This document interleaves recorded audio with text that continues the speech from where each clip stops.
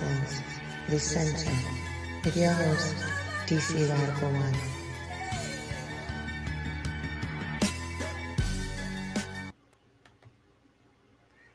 Greetings, Black family, and welcome to On the Wake Up Radio. I am your host, DC Radical One, and you have entered the center. Shout out to our wonderful producer, Cindy Ashby. And let me get a mic check. Let me know if y'all can hear me out there. You can check us out at SoundCloud, YouTube, iTunes Podcast, Google Play, Stitcher, Spotify, and iHeartRadio at On the Wake Up Radio. Even more important than that, you can check us out at otwtube.com. That's otwtube.com. You can also check us out at onthewakeupradio.com. Also onthewakeupradio.com. Thank you, brother. I am getting to that in a second. And I see we got Sister Farnessa in the building. You got Ripped Off in the building. Sister Poetry. And here we go.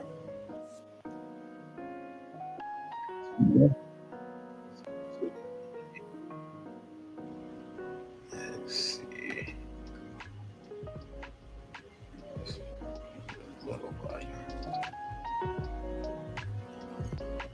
All right. That should be sufficient. I said before they straight black process, Vanessa, piece of Sister Poetry. Before they really you got ripped off. So the people I see in the chat at the moment, which is interesting because I guess I didn't fully declare yesterday that I would be back, but I am back. Before and Hotep to brother Elijah. So I was looking at my past posts and how many posts I normally do a month and things like that. And I'm gonna be completely honest. You all getting a rare treat this month. This is the 5th live stream that I've done in the last almost full month. So enjoy the extra content. Also, I have a radical report that'll be released later this week. It's recorded but not edited at this point, and it'll be dealing with a child trafficking case in Texas. And if I'm not mistaken, actually, I believe that Sister Poetry is the one that sent that to me. So thank you for that, sister. So that will be available.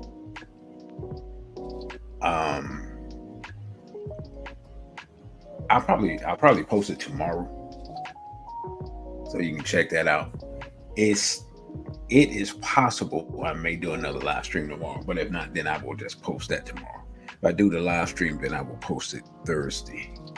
So pretty much, and I have a couple of more radical reports to do. Pretty much, y'all gonna get content every day this week. And we're gonna continue the experiment of seeing if more content equals more views and more subscribers and a bigger platform. Because ultimately, the goal is to build this platform to the point that we can spread our message and we can actually get some things done in the real world. So before I begin, gotta make a couple of announcements. I made them yesterday, and thank you, brother. You got ripped off. I did release a couple of polls yesterday. I think that was Sunday, either Saturday or Sunday. I can't really remember. Don't forget to check that out. I guess if you go to my page, you can find them, or they may have sprung up on your YouTube feed.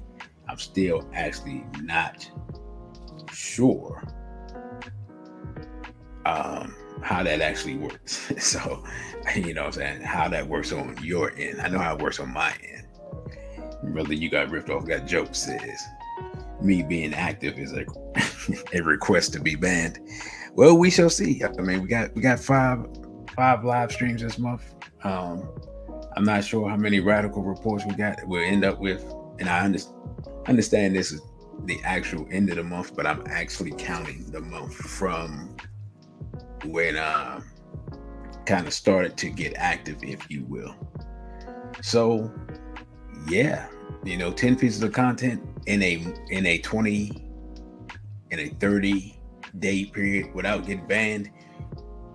I think it's kind of going to be a record for my YouTube channel if we can accomplish that.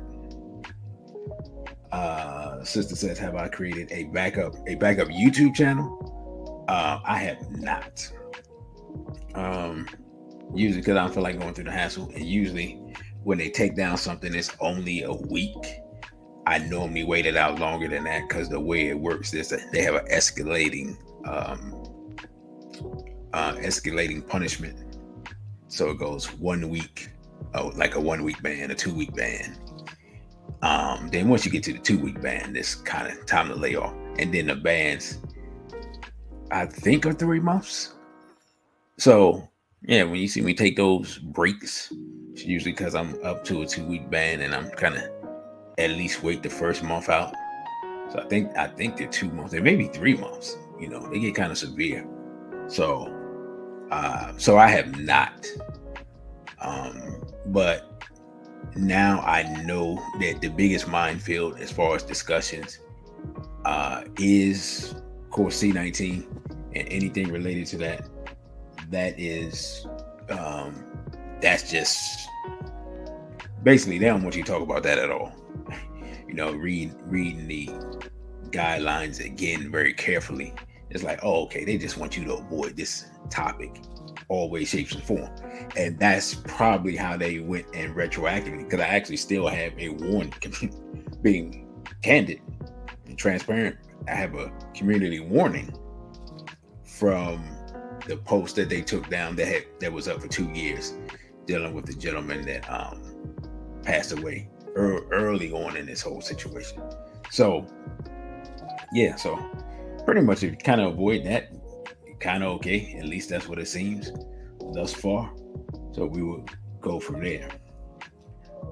And brother, you got ripped off says, don't forget tomorrow starts the Black August 100-mile challenge. Everyone get active by walking, running, jogging, swimming, hill crawling. Just do whatever you have to reach the 100-mile goal in 31 days, which I'm not gonna lie, for me would be quite impressive, and probably would cause a lot of weight loss for me to get in 100 miles in 31 days. Whether it's biking included in that, I didn't see that. But also, quick announcements before we get started, because I don't plan for this to be but hopefully 90 minutes or so. As I stated yesterday, coming up, and I don't have the picture up, I apologize for that. We have the 9th annual Straight Black Pride movement. What would normally be the convention is going to be a cookout. It'll be free. It'll be Sunday, August 20th, 2023, 12 noon to 6, but generally around dark is how we normally do it, being honest. It's going to be at Oxen Run Park Shelter, 2300 Oxen Run Drive, Temple Hills, Maryland, 20748. And this event is free, of course, to all straight, black, and proud people. And we usually have a good time there. This is a family-friendly event, so you can bring your children out.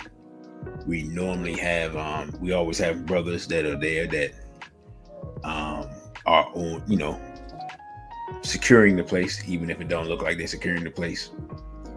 And if you get the opportunity, you can donate to Brother Irritated Jenny to help offset the cost of that, because we fund that ourselves.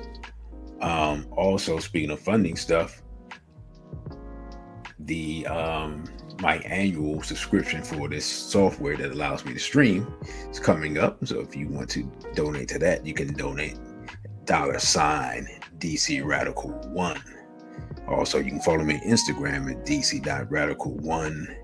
My OTW tube is also DC Radical 1, all one word.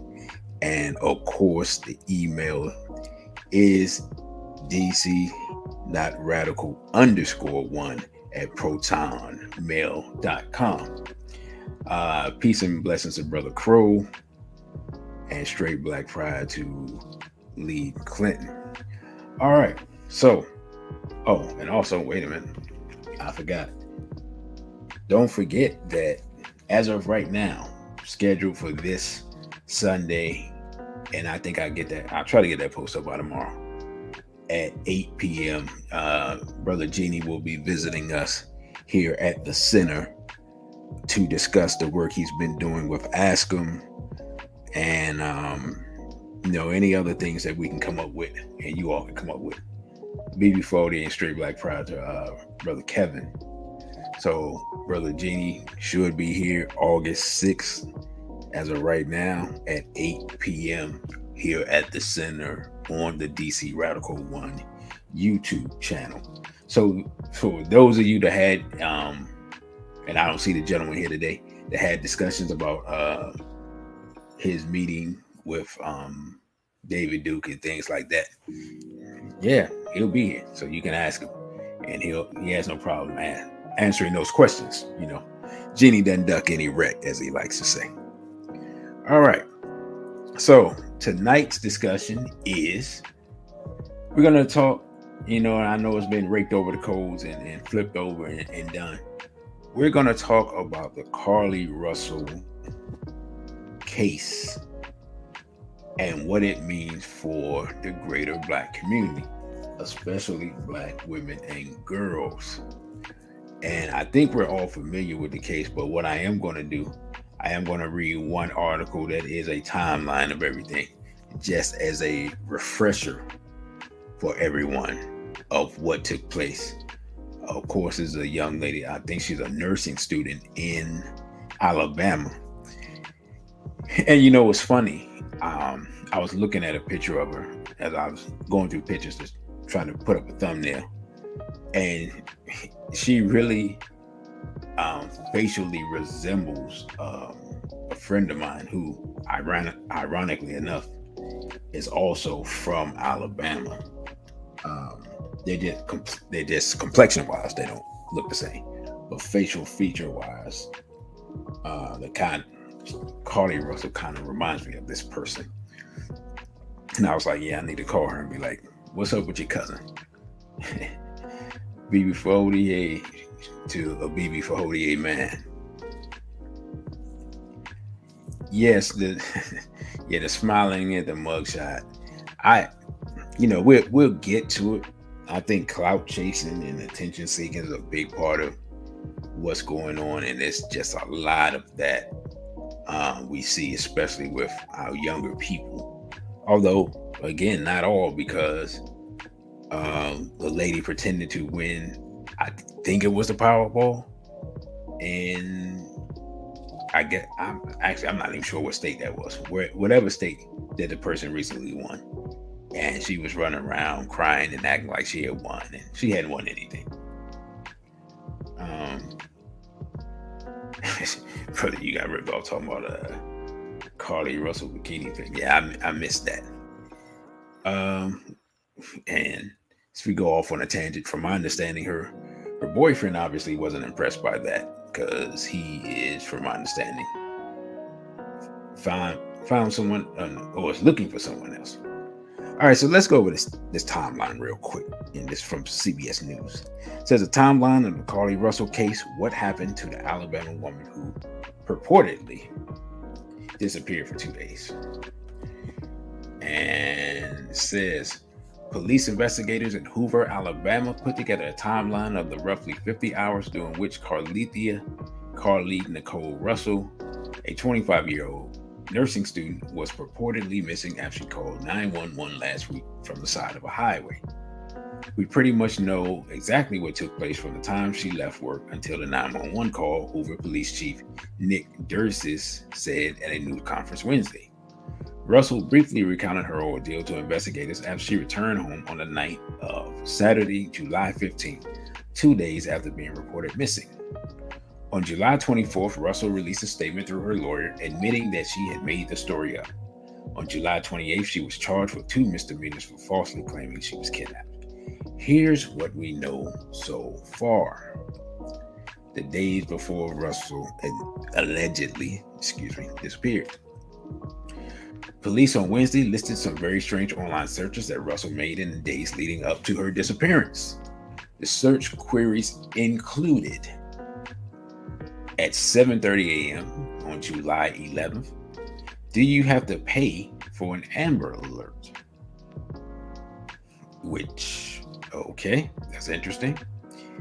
And July 13th at 1:03 a.m., how to take money from a register without getting caught. Yeah, that's interesting. And then 2:13, Birmingham bus station. 2:35, one-way bus ticket to Birmingham, from Birmingham to Nashville. And then the movie Taken. So these were the things that were search queries that she made, and it doesn't say whether she made them on her phone or on a computer. So that just goes to show that they, they started to investigate everything and went through her personal search history. This also goes to show that pretty much everything you do on a computer is recorded and subject to being searched by someone else, however that took place. Sister Vanessa says the special prosecutor that took this case has a reputation for putting the screws to black people. From my understanding, he's going through the evidence to put more charges on her. Right now, she doesn't have any felony charges, but this prosecutor is going to try to change that. Well, again, if she had not put herself in this situation, then that would not be a possibility. But we're gonna get to that. We're gonna discuss that.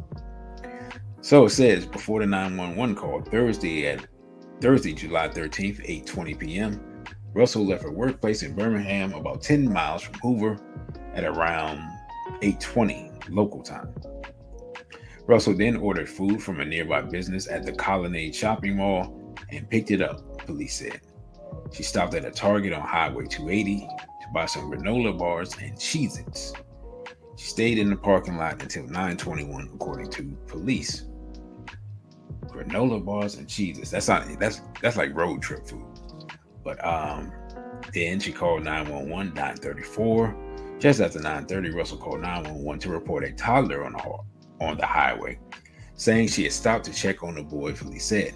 While she was on the phone with dispatch about the toddler, Russell traveled in her car about 600 yards, the distance of 6 football fields. Which, okay.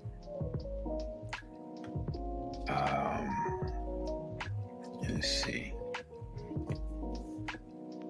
Then it says, after the 911 call, which lasted less than 2 minutes, Russell called a family member. She went missing during that conversation sometime around 9:36 p.m.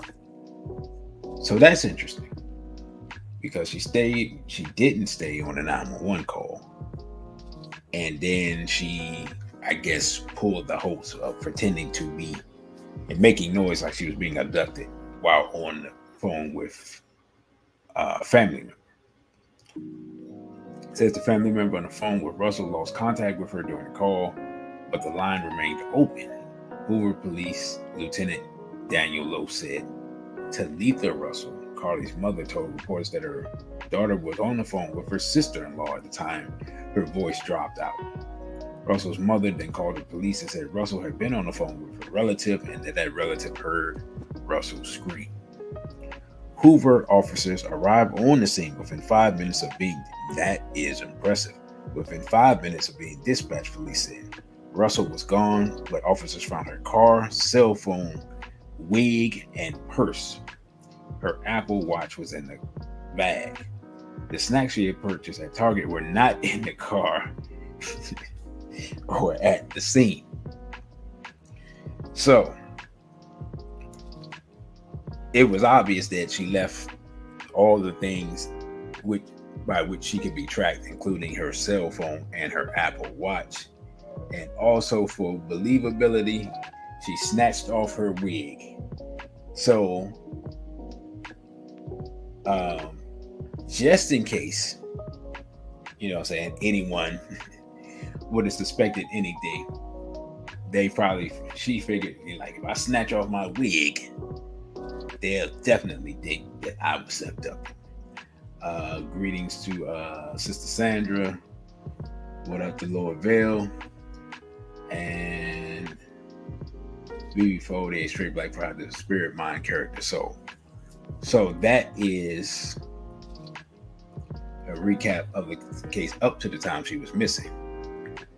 Interestingly enough, remember her mother said how much she likes her food. The snacks were not found, and the snacks weren't found because, of course, she took them with her. After returning home, the 49 hours during which Russell was missing. After returning home, Russell gave investigators her account of what happened on the night of July 13th. She said a man came out of the woods and mumbled he was checking on a child, she said, according to police. Russell told officers the man then forced her over a fence and into a car. Russell said the next thing she remembers is being in the trailer of a truck with a man who Russell said had orange hair and was accompanied by a woman. She also said she could hear a baby crying. Russell told police she escaped but was recaptured and put into a car and blindfolded. Russell said she was then taken to a house where she was undressed. The next day, she said the woman fed her cheese crackers and played with her hair. Russell said at some point she was put back into a vehicle. She claimed she was able to escape while in the West Hoover area and ran through the woods to get to her home. A massive search was launched after Russell was reported missing. The search involved local, state, and federal agencies, police said. A large number of volunteers organized by Russell's parents also assisted in the search effort. On Saturday, Hoover police released a new photo of Russell in an attempt to drum up more leads, and a reward totaling $50,000 was offered for her safe return, which included $20,000 from an anonymous source, $5,000 raised by Crime Stoppers of Metro Alabama, and $25,000 from real estate company Keller Williams, according to CBS affiliate WIAT. Now, that is interesting that they were able to get, someone that they don't know just put $20,000 down in Alabama. That's interesting. And for a total of $50,000. And of course, this case went viral. And to me, peace of Brother Dawood, to me, this was a rare case in how quickly it went viral and how many people were invested in it. And that's what makes it so bad, because by her crying wolf and making up this elaborate and borderline ridiculous story, if I'm being completely honest, which probably why the police were like, I don't know about this one. It will affect other more pertinent, real cases that are going to happen in the future. And that's where we're going to go in the future of this broadcast. Now, back to this. It says Russell returns home. Saturday, July 15th, 10:45, Russell returned home on foot after 49 hours, in essence 2 days after she went missing. Police received a call at around 10:45 notifying them of her return. Officers and medics responded, and Russell was taken to a hospital for evaluation. Hoover Police Captain Keith Sesclava, I don't know what kind of name that is. Anyway, This investigation is not over, Dursa said. We were still working the case, and we're working this case until we uncover every piece of evidence to help us account for the 49 hours that Carlee Russell was missing. And so, I mean, you think about it, right? Because I really didn't think about this at the time. Where they're investigating, at some point, they're of the belief that they're investigating a kidnapping and that the victim has escaped, and thus they still need to investigate the identity of the kidnappers, the location of the kidnappers, find a way to apprehend them so they could be charged and see if they are involved in other cases. But none of this happened, so none of that needed to be done because none of these people existed, including the baby. Then says Russell admits she was lying.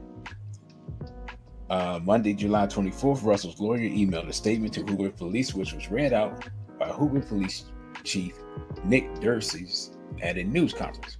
My client did not see a baby on the side of the road, Dursey read on behalf of Russell's lawyer. We ask for your prayers for Carlee as she addresses her issues and attempts to move forward. Understanding she made a mistake in this matter, Carlee again asks for your forgiveness and prayers. Police say they are meeting with the district attorney's office about possible charges. For Friday, July 28th, Russell was charged for false reporting to law enforcement and falsely reporting an incident, both misdemeanors that carry up to a year in jail, Hoover Police Chief Dursey said. Russell voluntarily turned herself into law enforcement, was booked and processed at a Hoover City jail. She was released on $1,000 bond for each of these charges. So, let me just say this. I just really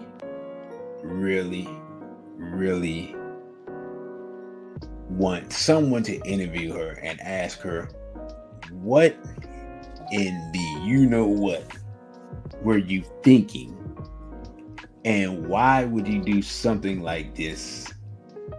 And do you even did it occur to you the ramifications of this and how it affects other people? Because I would just like to hear her speak and see what type of person this is.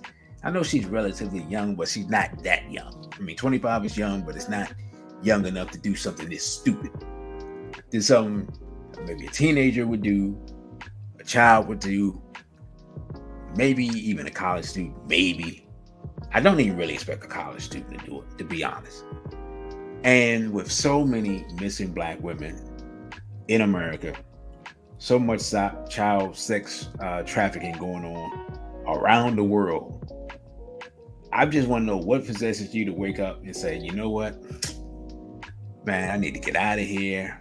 And then hold up, who was in Nashville? Remember, she had to, going to get the ticket to Nashville, whatever. Who's in Nashville? She had a secret boyfriend waiting for her. What's really going on? And I mean, it's just so frustrating because really the ramifications of this could really be far-reaching. Brother Kevin Austin said this woman has made it hard for other Black women. That turns out to be misbelievable. Exactly. That's exactly what I'm saying, brother. And Sister Sandra says, I think she was counting on her story not getting a lot of publicity, like all our cases, and she would be able to get away with it. Apparently, that's the only explanation I can think of, but still, it's just, man, it makes my head hurt. Y'all know how I get. All this stuff is making my head hurt. Says this article here says Carlee Russell charged with making false statements to police in Hope's disappearance. Let's see if there's anything new in here. We might can bypass this. Basically says, okay. Carlee Russell, the Alabama woman who told police she was kidnapped after she went missing for 2 days, was arrested on Friday and charged with 2 misdemeanors for making false statements to police. Hoover Police Department Chief Nicholas Dursey announced during a press conference on Friday. Says the story opens wounds for families whose loved ones really were victims of kidnapping, Durson says.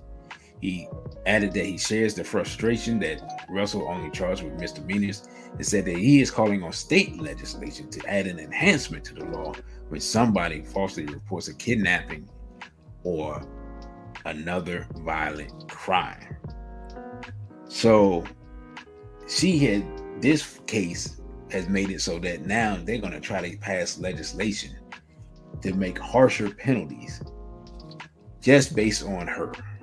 Existing laws only allow the charges that were filed to be filed.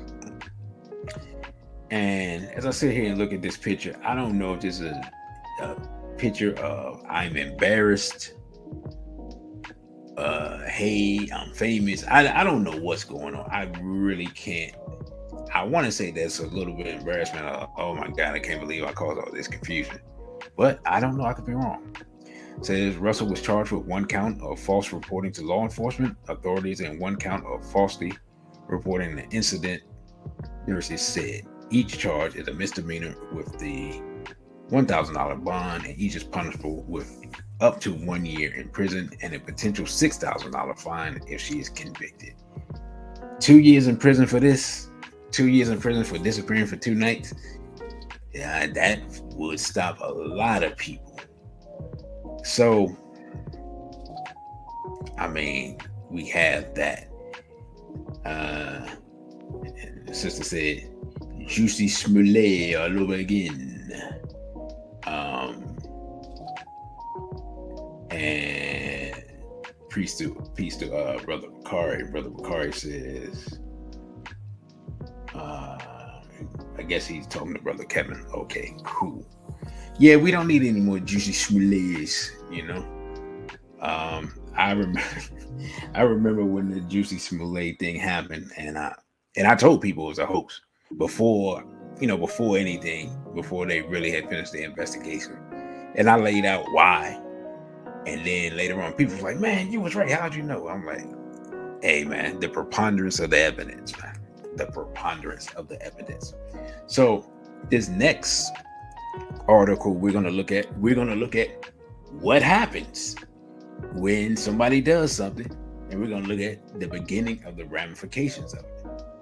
This next case here says 11-year-old arrested in Florida after falsely reporting friend's abduction for a YouTube challenge. You see?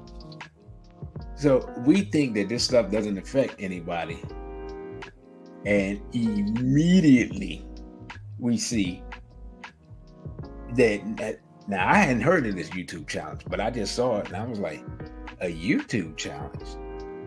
I would have thought, being completely honest, you know what I would have thought? I would have thought it was a TikTok challenge. And I forgot I had a video of this, but I guess it's not loaded up. So we're going to go just with the article. And it says here, an 11-year-old girl was taken into custody and handcuffed outside her home in Central Florida on Wednesday after reporting in detail the fake abduction of her 14-year-old friend. Quote, that's in quotes, quote unquote. The girl, who faces felony and misdemeanor charges, apparently Florida has different laws, later told law enforcement that a YouTube challenge inspired her to carry out the 911 hoax, which she thought would be funny, according to Volusia County Sheriff's Office. She had said that her friend was kidnapped by an armed man driving a white van, authorities said, but when deputies and officers from multiple police departments were deployed, along with an aviation crew, to search for the vehicle, no van was found. And it costs money to get a helicopter in the air to search for anything. Authorities say the girl continued to text law enforcement with updates about the fake kidnapping over the next hour and a half. Those updates included a description of the male suspect that he had a gun, according to the sheriff's office. She is charged with making a false police report involving the use of a firearm in a violent manner, which is a felony, and misuse of 911, which is a misdemeanor. Again, this is an 11-year-old girl. Now, as dumb as this is, we can understand an 11-year-old girl more so than we can understand a 25-year-old woman. But what we see here is they're throwing felonies around in this case, as opposed to misdemeanors in the Carlee case. And it doesn't say directly that the Carlee case inspired this, but more than likely, if there's suddenly out of the blue a YouTube challenge, and I don't know that it is, it was inspired by Carlee Russell doing what she's doing. So we see immediately the ramifications of this. Sheriff's deputies arrested the girl outside of her family's home in Port Orange, just a few miles south of Daytona Beach. Deputies identified the property by tracking the child's cell phone, which is why Carlee left hers in the car, which she had used to send text messages to 911 earlier that morning, reporting that her 14-year-old friend had been abducted and she was following in a blue Jeep. The Volusia County Sheriff's Office said in a statement shared to Facebook. The Sheriff's Office also posted body camera video footage of the arrest to its Facebook page. In the footage, 4 uniformed officers surround the girl in the yard outside her family's home while she stands handcuffed in the driveway with her face blurred. The girl sounds upset as she says, "I'm not going to do this again." An officer tells her, "This is going to be an opportunity for you to turn this into a learning experience." It is definitely a learning experience. The girl was processed following her arrest at the county's Family Resource Center before being ultimately transferred to the Volusia Regional Juvenile Detention Center. This kind of prank activity is dangerous. We're going to investigate every incident, but today it wasted valuable resources that might have helped someone who legitimately needed our help, Volusia County Sheriff Mike Chitwood said in a statement.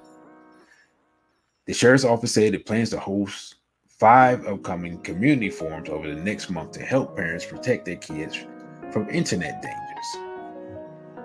The first one is scheduled for Monday. So,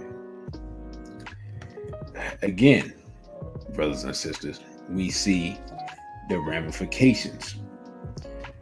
And what's interesting, I saw the video, and I wish I had loaded up the video, but I ended up loading up some other videos. And the little girl was not black, so I can tell y'all that. And her father was just like, "Yeah, you know, this is what happens when you do something stupid." Like he had no sympathy. You know, he was just like, "See, this is what happens." And, you know, take her away, basically. So I just found that interesting. I guess and it makes me wonder, I'm like, is this something where she had gotten into some type of trouble before, and he was like, "All right, now you're gonna get to understand the ramifications of your actions, that actions have consequences."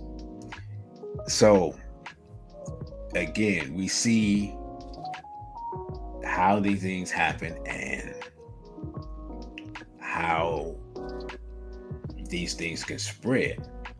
So I did have a video of, just so we can see it, the news report of Carlee being charged. So we're gonna watch that shortly. Give me a second.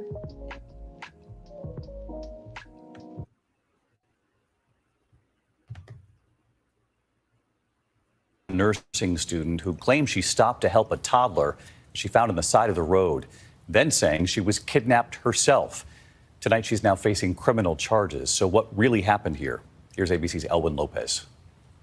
Tonight, Carlee Russell, the 25-year-old Alabama nursing student who confessed to faking her own abduction, now facing charges. Her decisions that night created panic and alarm for the citizens of our city and even across the nation, as the concern grew that a kidnapper was on the loose, using a small child as bait. Russell calling 911 from her car the night of July 13th.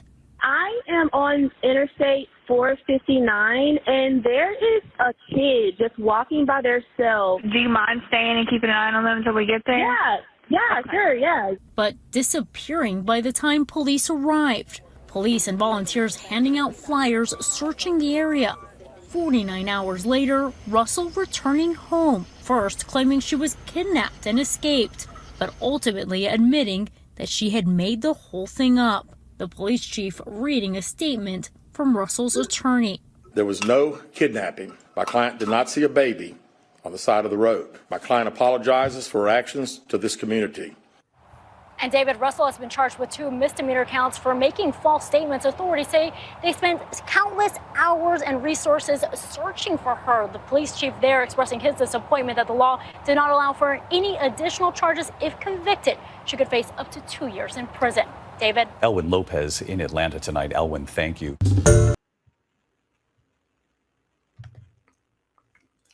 All right. So, you know, man, the more I think about this, it's just like, it's really unbelievable. One, that she did it. Two, that now children are doing it, and we have no idea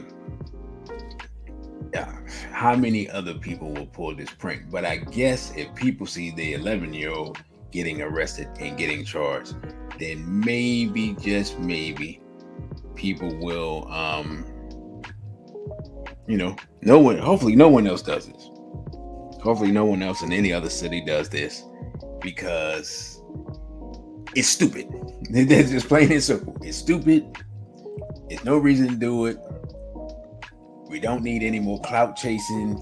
We don't need any more jokes. We don't need any more hoaxes. We don't need any more attention given to people for no reason. We don't need any more spending of resources. Please just stop. Find something else to do. Get some help. Get a hobby. Get a second job. Go home and study some more. Anything. But what we're going to do, we're going to look at what, the ramifications as far as the number of real people, real women who are really missing, and the things that are going on that, this is going to make people possibly. I'm hoping I'm wrong. I'm hoping that this doesn't make people jaded, because there's really an issue here in the Black community with women and girls missing. There's really an issue here with child sex trafficking and trafficking of women and girls, and even boys in some places.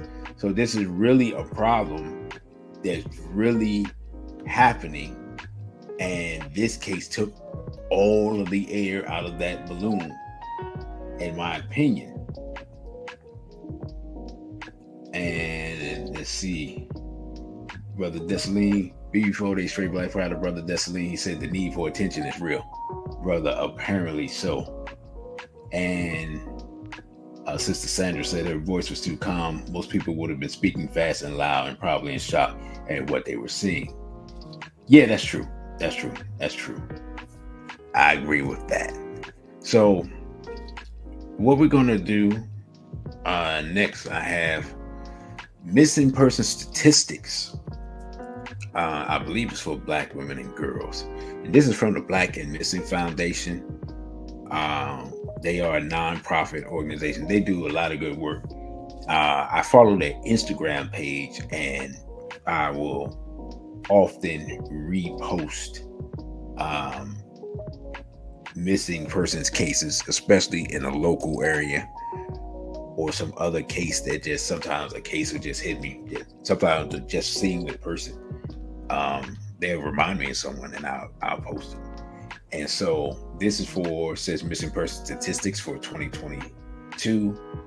Detailed look at the numbers of missing persons. It says thousands of people are reported missing every year in the U.S., And while not every case will get widespread media attention, the coverage of white and minority victims is far from proportionate, like everything else in America. It says, take a look at this infographic created by Banfi, detailing the disparity. So we're going to take a look at some of this.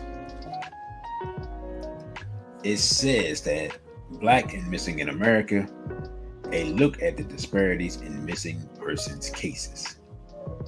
It says that over 500,000 persons were reported missing in 2022. That's 546,568, that seems like an astronomical number to me. It says 57% are white, including Hispanics, and 39% they're saying here are minority. But when you look down further, that minority is just basically Black people.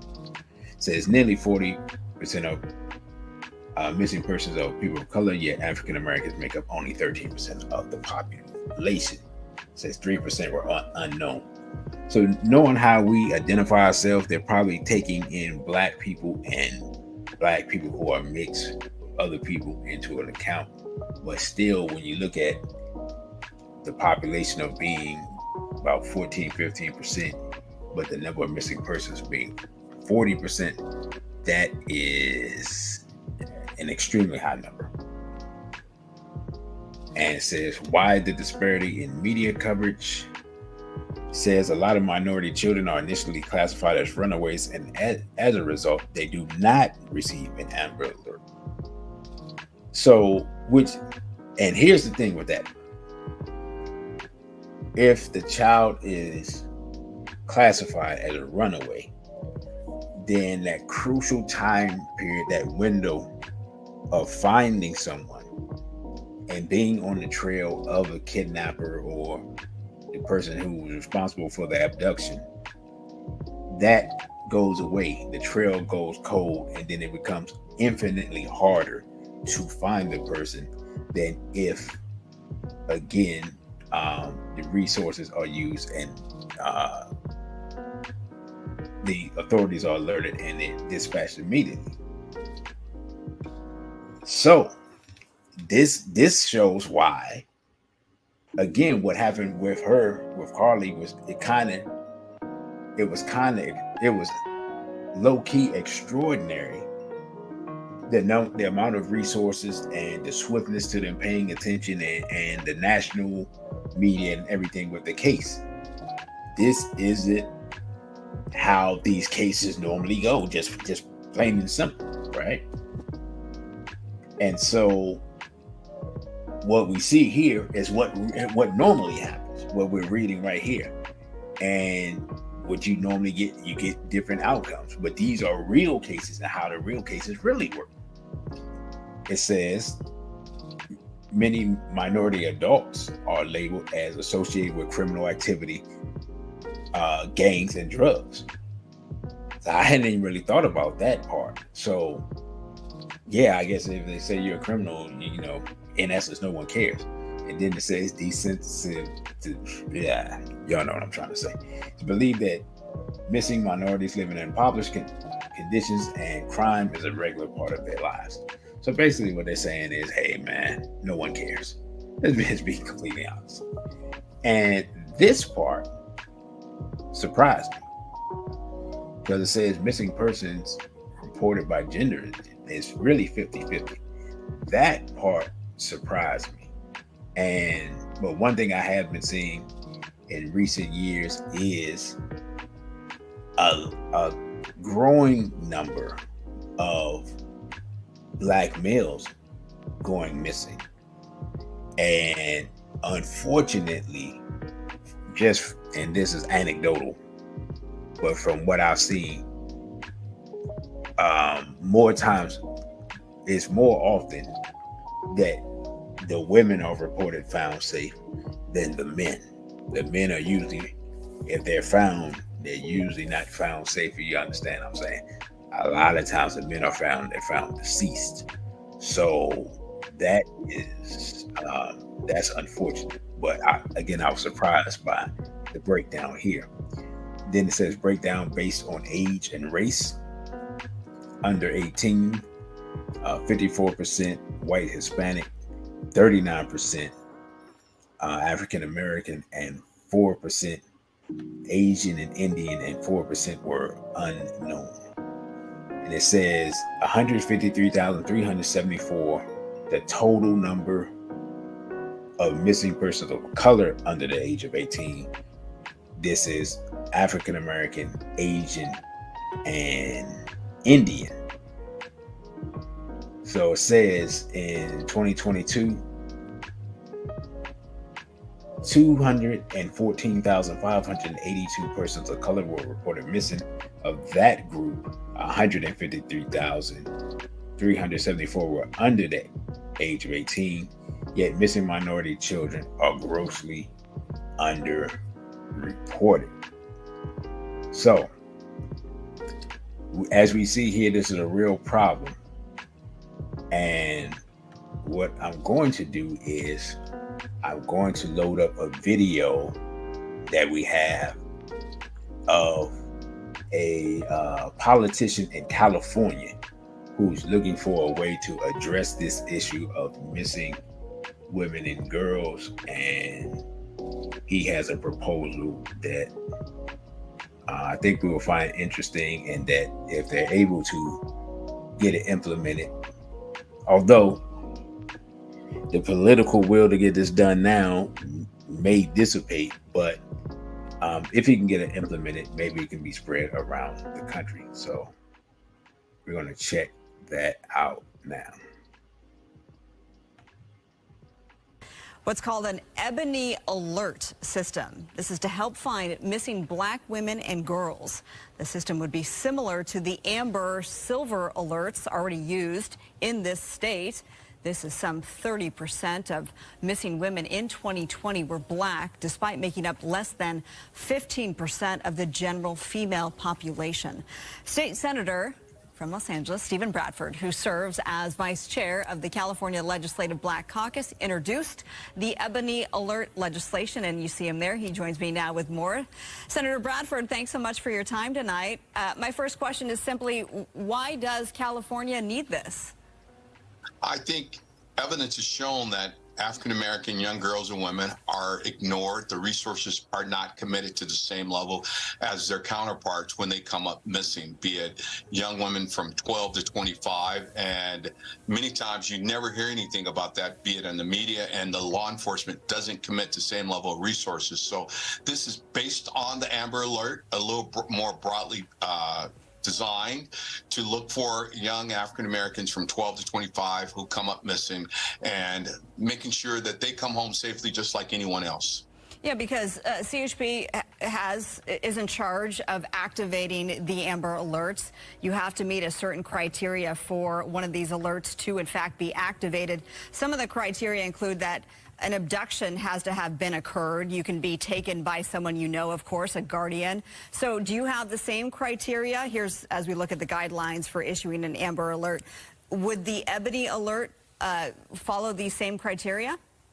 Very much so, but a little broader. But again, a lot of times when African-American young kids are missing, they're listed as runaways. And we want to make sure that we focus the priority as the same as someone else who disappears, even when you're having individuals who are sex trafficked. These young African-American women are listed as juvenile prostitution. And as you know, anyone under 18 can't consent to, sex for pay. So they should be listed as sex traffickers, as being sex trafficked as well. So we want to make sure that the same criteria that applies to Amber Alerts are committed and dedicated to African-American young girls and women. You have been a part of the community for a very long time. You've been a politician for a long time. Why now? I think we have seen firsthand the number of African-American women and people of color who just, no one ever sees their faces, their stories on the news. You never see. When's the last time you've driven on the freeway and you saw an Amber Alert saying there's a missing African-American young woman or girl? But we've all known about the Gabby Petitos of the world, or even the Sherry Patinas, who staged their own disappearance. And it was not only a statewide, but a nationwide search for this individual. We want the same level of resources and commitment by not only the media, but law enforcement to be committed to these African-American young women, again, from age 12 to 25. You introduced this last month, I believe, in the state Senate. Support, are you seeing warm reception to this? Yeah, we had our first committee hearing yesterday in public safety, and it went out. I got it out of our committee without a single no vote, and now we're on to appropriations. Hopefully we'll have the same success, and then on to the Senate floor and on to the Assembly on the other side of the House. So I'm excited. We've got a lot of co-authors on this as well, because this is critically important, and we want to make sure that, again, the same level of attention and resources are dedicated to these women of color, African-American women of color. All right, State Senator Stephen Bradford, he is the man behind the new legislation being proposed, the Ebony Alert, and we thank you for your time tonight. Thank you for your interest. It's an important issue. So, shout out to politician Stephen Bradford from California for coming up with a way to address this issue. And hopefully he is successful with that endeavor.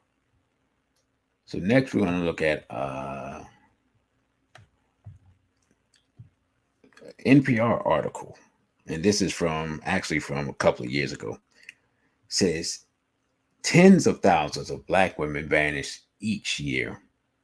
This website tells their stories. I'm going to look here. It says Our Black Girls. It says tens of thousands of Black women and girls go missing every year. Last year, that figure was nearly 100,000. Yet their cases hardly ever grab national headlines.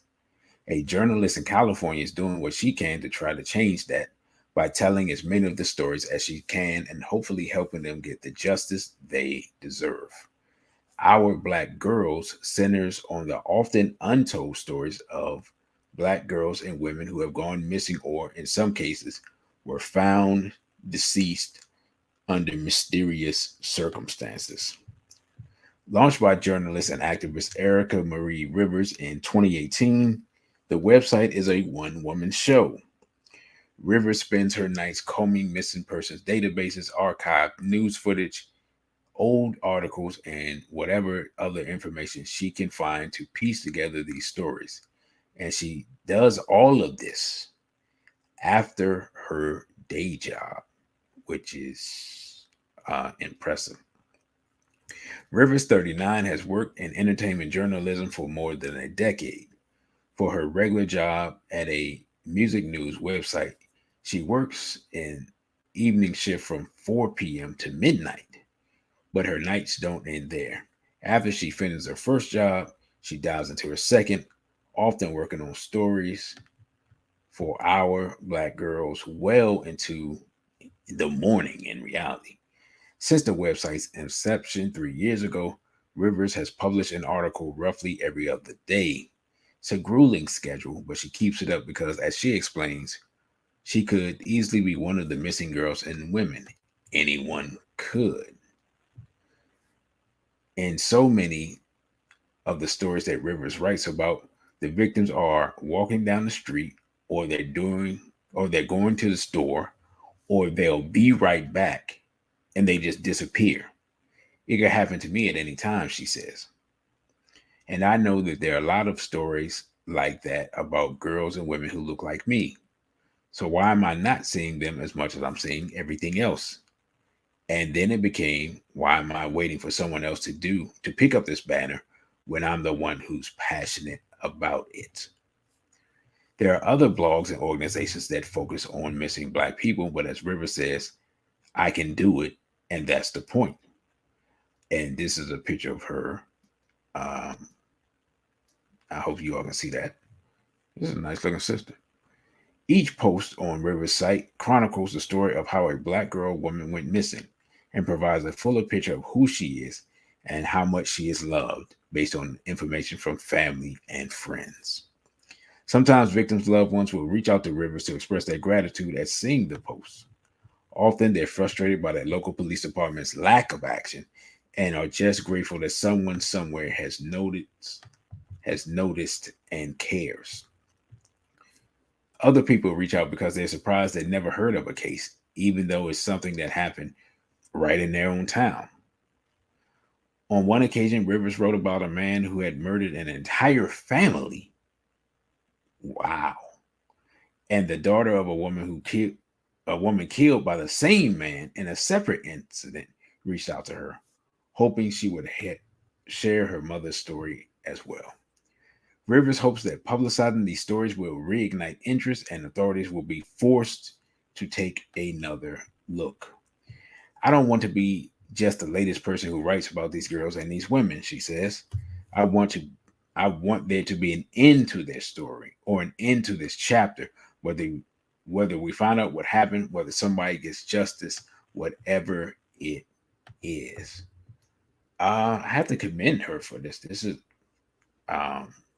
really outstanding work. Let's see. Brother Crow says, I believe the numbers could be higher than just the numbers that are reported. Oh, yeah. I have absolutely no doubt that the numbers are higher. And Brother You Got Ripped Off says, don't forget to smash the like button, please.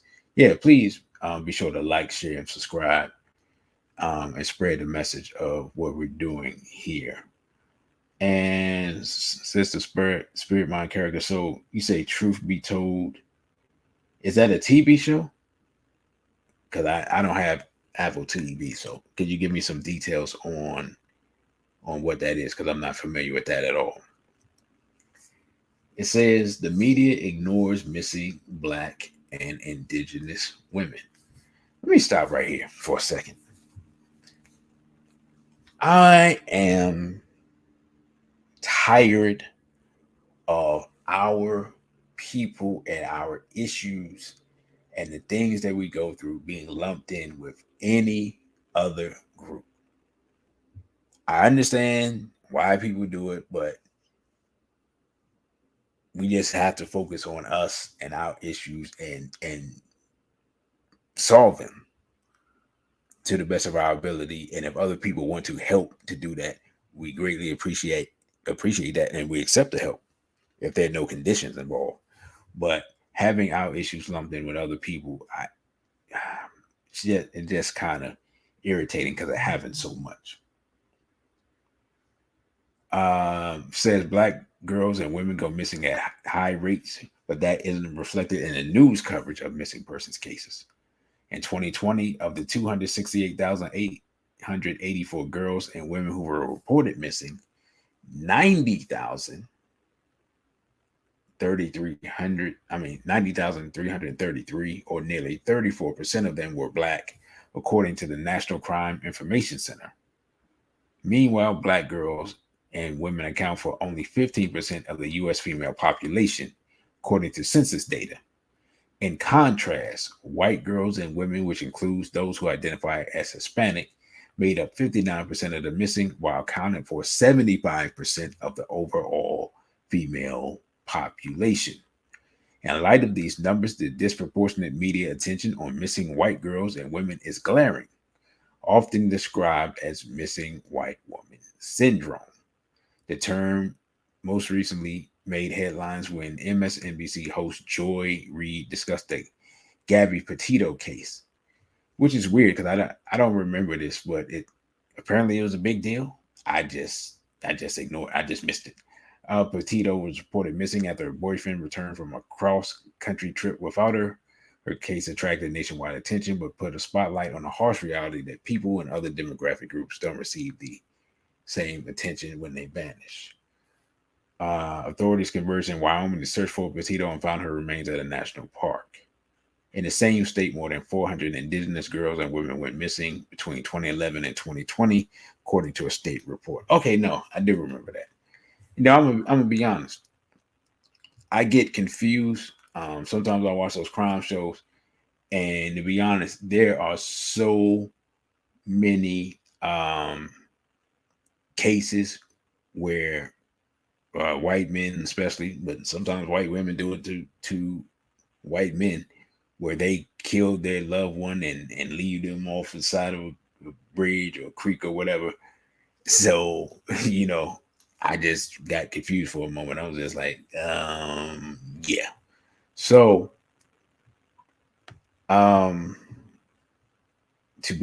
it says, to be clear, Rivers explains it's not about asking for more attention or being in competition with white people. It's about other groups getting the same attention as white victims and having their lives honored in the same ways. I'm talking about getting investigations up to par with what is already going on, she explains. And I think when we bring that awareness, especially when it comes to indigenous women and black women, and we're like, hey, we exist as well, it's not to say stop searching for that white woman. It's like search for our women as much as you do anybody else, and make sure whatever energy that you place into one case, the same energy we place into others. And I would just say that as black men, eventually, we're really going to have to put together some resources, organize some brothers who are trained and skilled, probably some form of law enforcement and things like that, to begin to address some of these issues and to be able to help, especially with our women and girls, especially, with our children. And so, I just think that's something that eventually we're going to have to do, because we're going to be the ones that are going to care the most. And if we don't care, then no one else will care. So, lastly, yeah, brother Pee Wee Herman. I heard that Pee Wee Herman, he's out of here, But what we're going to do, I have one more. Yeah, I don't have another one bites the dust. Don't have another one bites the dust queued up. I'll cue that up on Instagram. Y'all know how I do it. That's a tradition for me. So we're going to watch another clip about a brother in Chicago who is working on cases of missing black women in Chicago. So we can see that there are indeed people who care and are trying to do something. So we're going to load up that clip right now. It turns out that social media audiences tend to play favorites based on race. USA Today looked at social media posts on the Facebook page of the National Center for Missing and Exploited Children. And what they found is that over a 3-year period, people tend to be more engaged when the missing children are white, especially white girls. More interesting is that the site actually posted more about missing black children, but the engagement there, it just wasn't as high as when the missing child was white. In fact, a single post about a missing white girl was viewed on average of 63,000 times for a Caucasian child, compared to 38,000 views for posts about black girls who are missing. Anita's here now with one of those stories. And you hear that, and it's so frustrating, especially for black families that are looking for their loved ones. And it just goes to say, like, why is that? Why do people feel like this is more important than somebody else? And so frustrating, Sylvia, when you talk to the detectives in Chicago, you can just hear the frustration in their voice. I mean, they face challenges trying to solve the current crime scenes, and there are many, and then let alone trying to find the killer or killers in these dozens of cold cases that are decades old. Take a look at this map. These are areas of our city where all of these unsolved cases remain. Now, Gerald Hamilton worked with some of these crime scenes on the city's south side, and he remembers many cases of strangled black women who were found dead inside abandoned buildings or vacant lots. Those victims still haunt him even today. If I was doing something, this would be one of the perfect places to do it. It takes a special kind of person to be a Chicago police detective. But for more than a decade, that is what Gerald Hamilton did while working for CPD. The 25-year veteran is retired now, but his quest to find out who is behind the mysterious murders of dozens of black women has never ended. It's a very small subset of all the murders that we have in Chicago. Since 1995, at least 51 women have been strangled to death. This is one of those crime scenes posted on social media by Chicago police. All of the unsolved cases involve women who were strangled to death, and most of them are African American.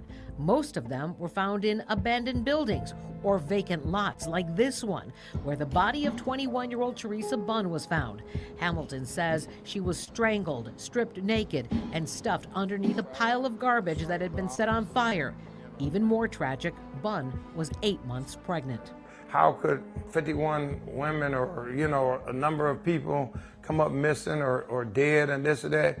And how come everybody doesn't know about that? I mean, it's like, that should be like, well, everybody knows about that, because as we've often said, I mean, some little girl gets, mislaid on a hiking trail in Colorado or somewhere, and then it's national news and everybody's got 100 theories all the way to Alaska about what happened to it. And they follow that story and we don't get highlighted. Whoever is behind these attacks, Hamilton says, is familiar with the areas and able to escape unnoticed. The victims range in age, too. Some were teenagers, others middle-aged. Hamilton says killers know how this encounter is going to end when they lure the victims to their death.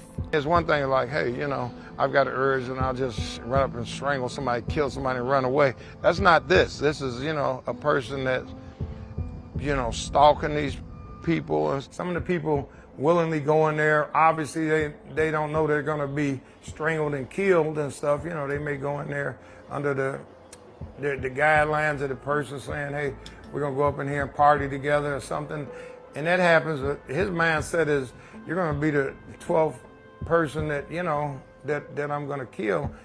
I'm leaving out of this building, but you're not. He knows that going in. She doesn't. And strangulation murders stand out among the other crimes because these crimes are very personal. And Hamilton suspects it gives the killer or killers a sadistic form of control by slowly choking the life out of the victim. The power that they've got, they've become God in some sick sense. In a city like Chicago, where detectives are working nonstop, going from crime scene to crime scene, how do detectives now follow a predator's trail when it constantly goes cold over 27 years? Hamilton says in order to catch a criminal, you need to think like one. No, you got to start thinking about, where do I see the bear crap? Where does a bear need to sleep? They have to sleep eventually. Just leaves you with such an unsettled feeling. So I can only imagine how the families feel. What are police saying about this, Anita? Well, it's interesting that you asked that because we did reach out to the police department and they told us that these cases remain open investigations, but at this point they have no reason to believe that they're connected. Now that is the official word, but at least 3 homicide detectives that I have spoken to off the record, they disagree. They say that some of these cases are connected, but whether it's one person or several people doing the same thing to these victims, they don't know. But as Gerald Hamilton told us, you guys, is that these strangulation murder cases, they make up such a very small percentage. He estimates about 1% of all of the open cases. And he says if the department would just dedicate a team to solving some of these crimes, that we could possibly have some solution and closure for these families and justice, possibly. And that's, of course, what the families want more than anything is closure and justice. We were talking in the commercial break about some of the reaction that you're starting to get from these stories. You want to talk about that? We did the story at 6 o'clock this morning as well, and immediately I got a message from an African-American woman who said, thank you so much for doing this, because she said, I actually forgot about these cases, but the fact that you're staying on top of it really just highlights the need that this needs to be solved. Right. Bring your attention to it. Thanks, Anita. All right. So we see that, while these things are going on and we have Carlee hoax and stuff like that, we actually have what apparently serial killers running around in Chicago amongst all the other crime that they have. Of course, we had the situation in Kansas City that we went over previously. I can't remember if that was early this year or last year, where they had a serial killer running around in Kansas City course, we had the sisters that was murdered in New York. I think that's about a year and a half ago. And of course, the Kansas City situation. You had police involved in and I believe in human trafficking. So you know, in a lot of these cases, there are authority figures involved in the radical report that I'm going to do. That is a child trafficking case. There was a teacher involved in that, and so I think one of the things that we have to think about, and we have to at least take a look at and consider, is that in many of these cases, the reason the cases are so difficult to solve, and it's so hard to find some of our people, is because there may be times where a member of the authorities or the authorities themselves are involved in the issue, and that's why the person isn't caught. That's why we can't find out people and things like that. I remember years ago, I think this was somewhere in Washington, you had the Green River Killer. And if I'm not mistaken, the Green River Killer was some type of state police person or something. Y'all can correct me about that, because that's been years ago.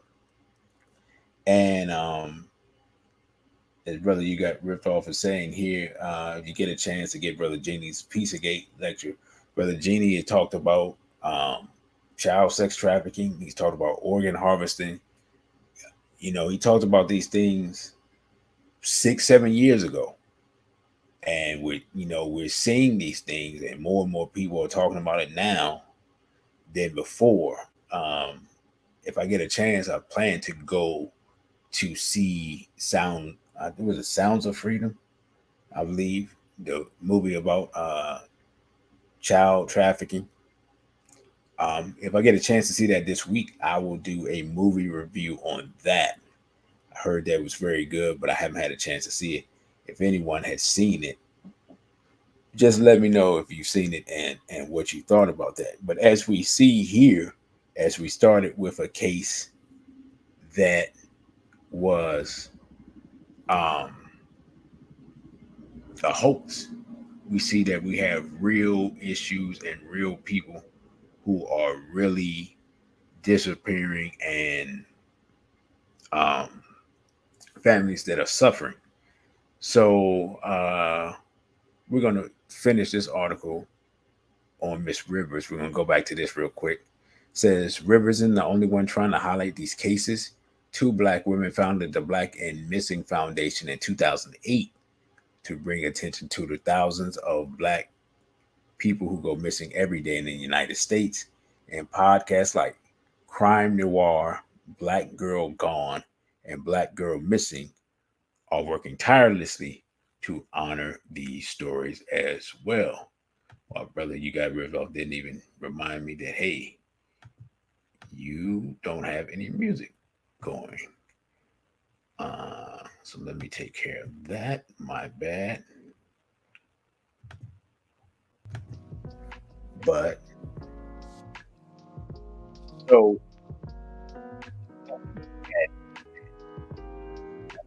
taking the initiative to come up with different resources.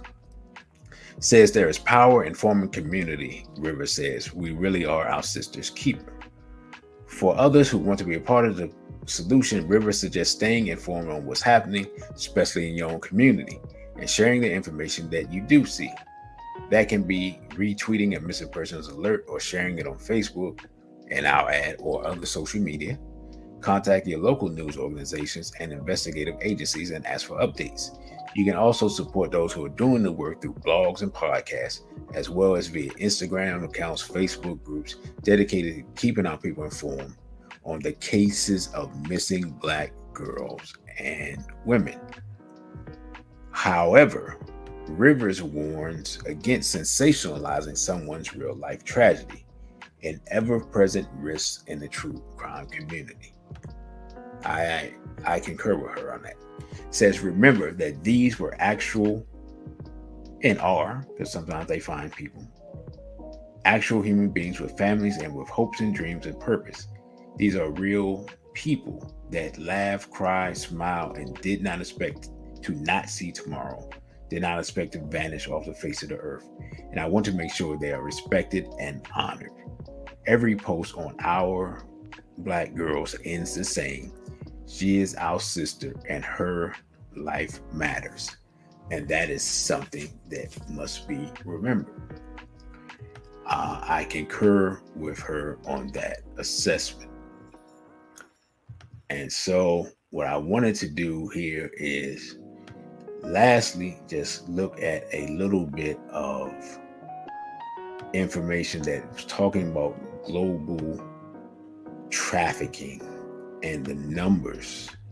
If I can actually find the part that I was looking for.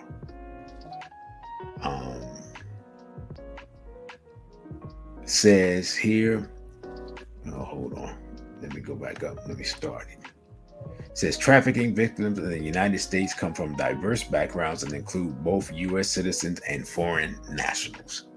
However, certain populations are more vulnerable than others. For instance, a study by Exodus Road shows that women and girls make up the vast majority of trafficking victims, accounting for 71% of total cases. The largest of this proportion is a target for commercial sexual exploitation. A report by Deliver Fund backs this data by indicating that this number ranges from between 15 to 50,000 women annually. Children are also a part of this statistic, with minors making up a significant portion. A National Center for Missing and Exploited Children report found that 1 in 6 endangered runaways reported to NCMEC in 2020 were likely, so that's 16%, were likely child sex trafficking victims. Furthermore, the report indicates that of the 17,000 reports, boys make up 7%. A 2021 Trafficking Institute report indicates that 92% of the human trafficking cases that authorities filed in federal courts were for sex trafficking. Hold on. 92% of human trafficking cases were sex trafficking cases. Further, of the reported cases, 41% of the reported total cases, 41% were sex trafficking. Additionally, a Polaris Project report estimates that over 9,000 illicit massage businesses are operating in the U.S. Most of these businesses act as sex trafficking venues, with women and young girls being the primary victims. The internet has also been a major sex trafficking contributor due to its anonymity and ease of reach. Traffickers find it easy to advertise and sell their victims, and it's even harder for law enforcement to track and prosecute these crimes. However, it is a bit hard to quantify the true extent due to the hidden nature of the crime. The victims also find it hard to report these issues due to fear of retribution. So, as we see again, we have real life issues. We have missing women and girls at an alarming rate. We have sex trafficking going on in our community, and I believe that the rise in sex trafficking is really going on as a replacement for the underground economy that was fueled by the drug trade for a long time. A lot of that has disappeared, and it needs to be replaced by something. And it's my assessment that that is being replaced by human trafficking / sex trafficking. Brother You Got Ripped Off says this is why we need our sisters more vulnerable to accepting help from men, or more. I understand what you're trying to say. Many of our missing women would be here today if there was even one good brother she could trust to help her. Right. And that's on us as men in the Black community, as men to be men. You know, we Yeah, we're having a problem with that, and it makes our women and children more vulnerable. Let's just be honest. I mean, let's just call it like it is. Having a vast number of female-led households, having children that are unattended, having women working multiple jobs and things like that, it opens up an avenue for predators to prey on our community. And Brother You Got Ripped Off also says, peep this, they got black people entranced with movies of kidnapped blacks, Get Out, and they clone Tyrone, yet desensitize people to the actual crimes. Let's put this up. You know, I hadn't even thought about it because I haven't even seen what's it called? They Clone Tyrone with Jamie Foxx. I haven't even seen that because I don't have Netflix. So, but that's a good point, because depending on the way that they present it, yeah, it could be desensitizing. It could make our people just ignore what's taking place. So, brothers and sisters, before I close out, I'm going to remind everyone, you can follow me on Instagram at dc.radical1, and Twitter at dc_radical_one. The threads is the same as the Instagram, of course. You can follow me OTWTube at dcradical1. If you find value in this discussion, you can cash at me, $dcradical1.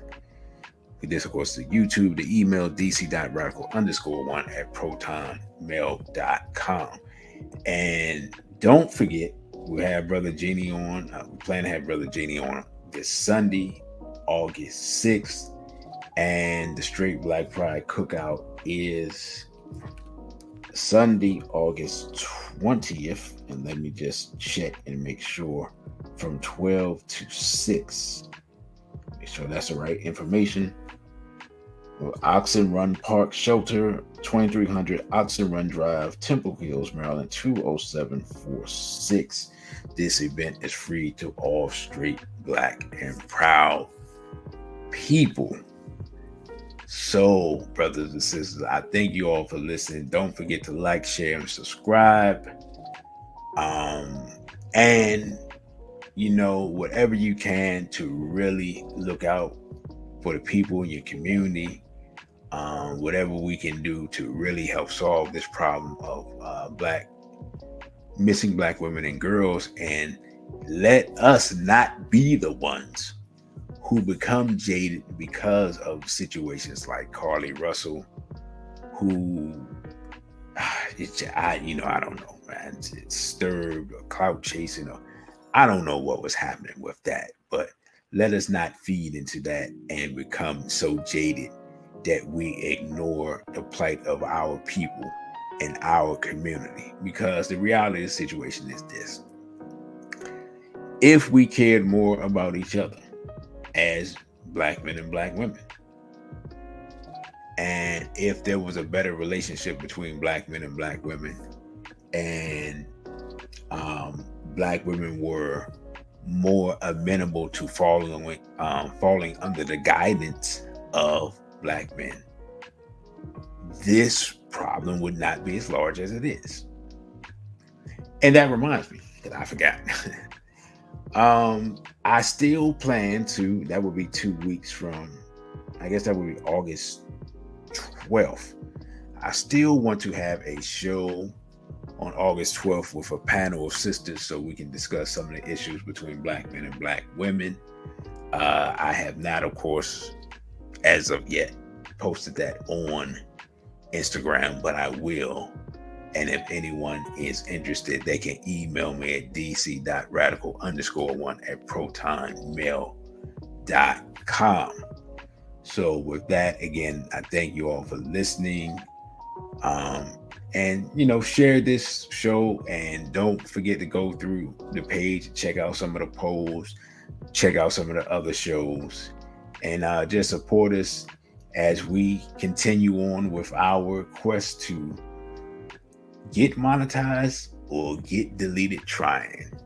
With that, I say, Abibi Fahodie, and straight black pride.